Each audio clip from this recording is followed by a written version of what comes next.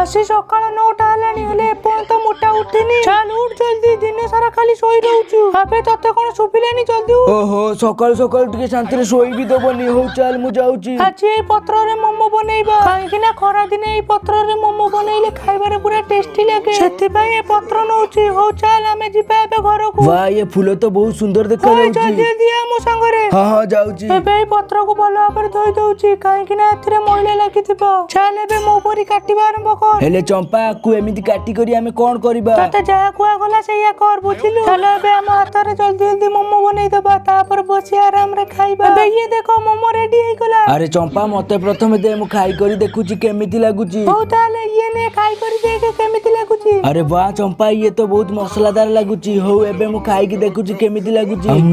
अरे वाह खाइबार तो पूरा मजा आसी गला। ये तो बहुत टेस्टी लागुची। आ जदी तमे माने मोमो खाइछो ताले वीडियो को लाइक करी कमेंट रे एस लिखि दियो।